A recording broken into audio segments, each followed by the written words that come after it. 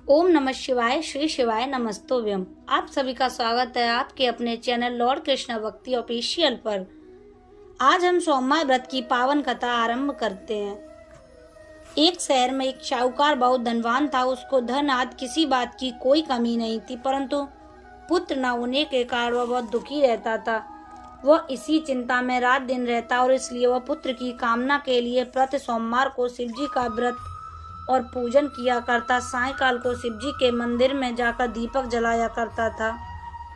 उसके इस भक्ति भाव को देखकर एक समय पार्वती जी ने शिव जी महाराज से कहा कि हे महाराज, यह साहूकार आपका अनन्य भक्त है और सदैव आपका व्रत और पूजन बड़ी श्रद्धा से करता है, अतः इसकी मनोकामनाएं पूर्ण करनी चाहिए। शिव जी ने कहा कि पार्वती जी, यह संसार कर्म क्षेत्र है। जैसे किसान खेत में बीज बोता है वैसा ही फल काटता है, उसी तरह इस संसार में जो जैसा कर्म करते हैं वैसा ही फल पाते हैं।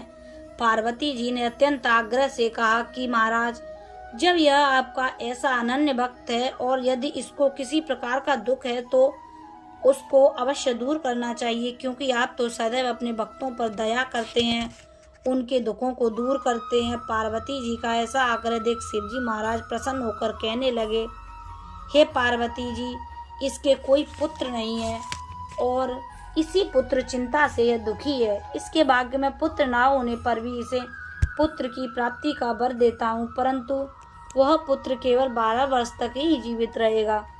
इससे ज्यादा मैं और कुछ नहीं कर सकता। यह सब बातें साहूकार सुन रहा था।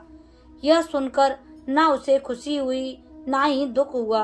वह पहले की तरह शिवजी की पूजा करने लगा। कुछ समय व्यतीत हो जाने पर उसकी पत्नी गर्भवती हुई और 10वें महीने में उसके एक सुंदर पुत्र पैदा हुआ। बहुत खुशी मनाई गई, परंतु पुत्र की आयु 12 वर्ष की जानकर ज्यादा खुशी नहीं मनाई।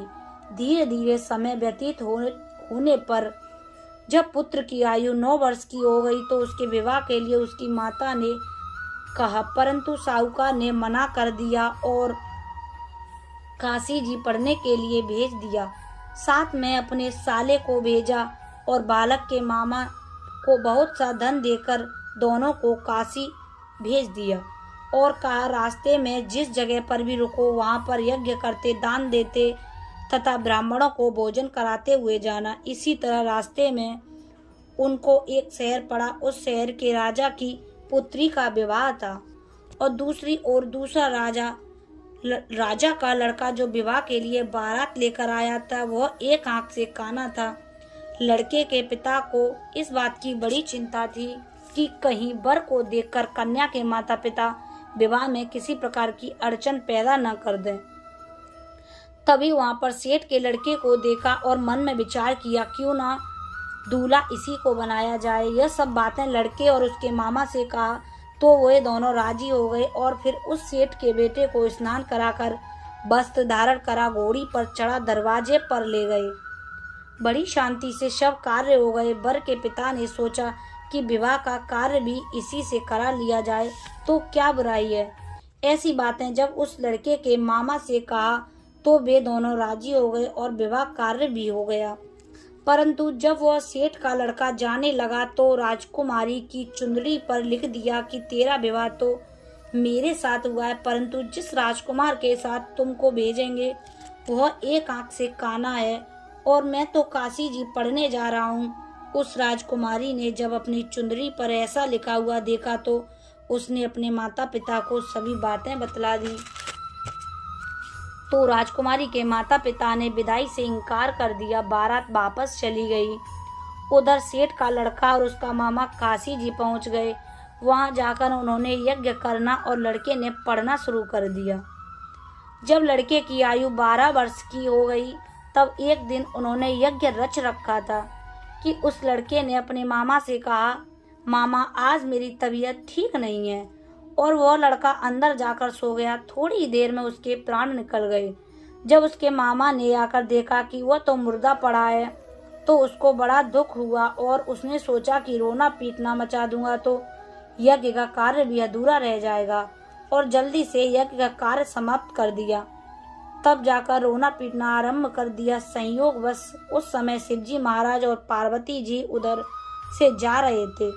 जब उन्होंने जोर जोर से रोने की आवाज़ सुनी तो पार्वती जी शिव जी को आग्रह करके उसके पास ले गईं और सुंदर लड़के को मरा हुआ देखकर कहने लगी, हे महाराज, यह तो उसी सेठ का लड़का है जो आपके वरदान से पैदा हुआ था। शिव जी ने कहा, पार्वती जी, इसकी आयु इतनी ही थी जो ये भोग चुका है। पार्वती जी ने कहा कि महाराज, कृपा करके इस बालक को और आयु दे दो, नहीं तो इसके माता पिता तड़प तड़प कर मर जाएंगे। पार्वती जी इस प्रकार बार बार आग्रह करने पर शिव जी ने उसको वरदान दिया और शिव जी महाराज की कृपा से लड़का जीवित हो गया। शिव पार्वती कैलाश चले गए। तब वह लड़का और उसका मामा पहले की तरह यज्ञ करते हुए अपने घर की तरफ चल पड़े और रास्ते में उसी शहर में आए जहाँ पर उस लड़के का विवाह हुआ।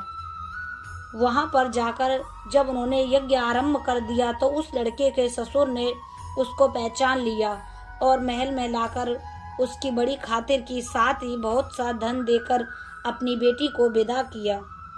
तभी घर पहुँचते समय मामा ने कहा, पहले मैं तुम्हारे घर खबर कराता हूँ। उस लड़के के माता पिता अपने घर की छत पर बैठे हुए थे।